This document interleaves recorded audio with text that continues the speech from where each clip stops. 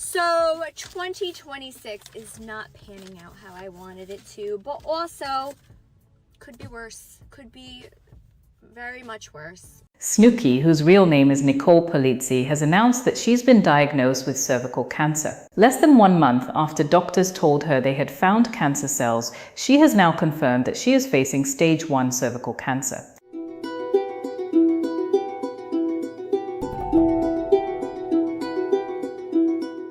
Snooki is an American reality TV personality who rose to fame on the MTV show Jersey Shore.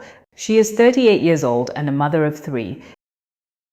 Her announcement has sparked an important conversation about HPV and cervical cancer because many people still don't fully understand how this disease develops. Cervical cancer is most commonly caused by the human papillomavirus, or HPV. HPV is transmitted through sexual activity, and sexual activity does not only mean intercourse. It can include genital-to-genital contact or sharing of sexual devices. In other words, HPV can be transmitted between any genders and does not require what many people think of as conventional sex.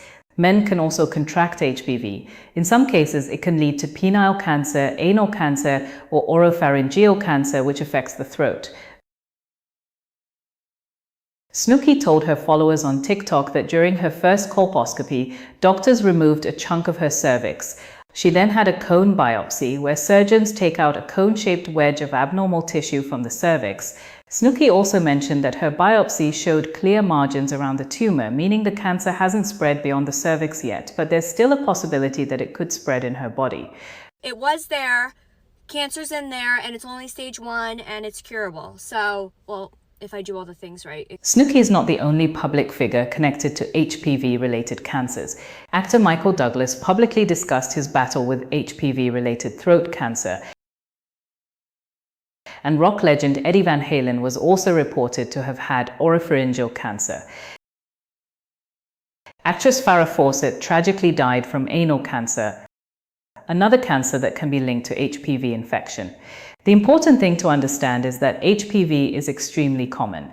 In fact, most sexually active adults will be exposed to HPV at some point in their lives, often without ever knowing it. In the majority of cases, the body's immune system clears the virus naturally without causing any long-term problems.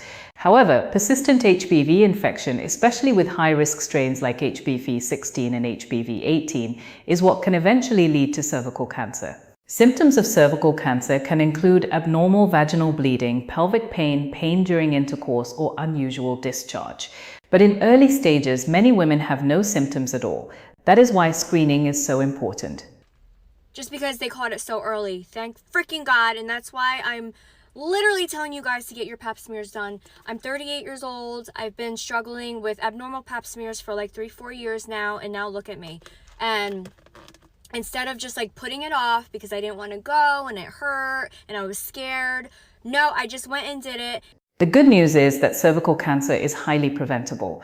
There is an HPV vaccine that protects against the most dangerous strains of the virus, and it is typically covered by most insurance plans in the United States. Regular pap smears and HPV testing are also critical because they can detect abnormal cells long before cancer develops. Treatment for cervical cancer depends on the stage. Options can include surgery, such as a hysterectomy, as well as radiation or chemotherapy in more advanced cases. Because Snooki's cancer was caught at stage 1, it's early stage, and has a survival rate above 90% when treated appropriately. Snooki says that she plans to undergo a hysterectomy as part of her treatment. So the next thing that I have scheduled is a PET scan. So I have to go to a PET scan. I have to drink this like nasty fluid the day before, and that'll detect if the cancer spread, if it's anywhere else in my body, like the lymph nodes and all those things. So that's the next step.